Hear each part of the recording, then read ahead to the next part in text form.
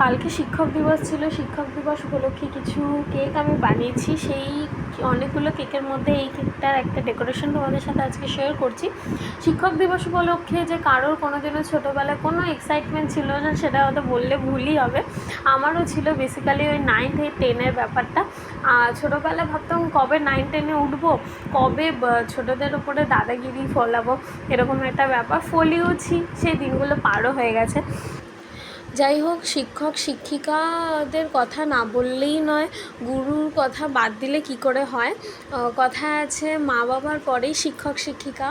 একদমই ঠিক। মা বাবা যেমন বকতে পারে, মারতে পারে, তেমনই আমাদের শিক্ষক শিক্ষিকারাও আমাদের মারতে পারে, বকতে পারে। আগে ছোটোবেলায় খুব হয়তো রাগ হতো কেন মারতো, কিন্তু এখন বুঝতে পারি সেই মারটা কেন মারতো। সেই মারের ভয় এখনও আমাদের ভয় লাগে কি আমরা যেন ভুল পথে না যাই। একদমই ঠিক।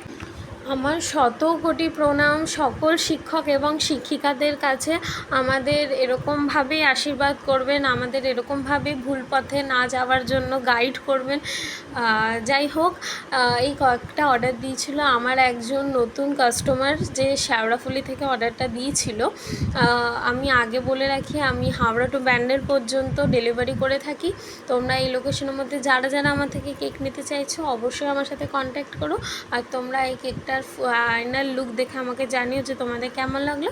চলো, আজকের জন্য টাটা, দেখা হবে পরের ভিডিওতে।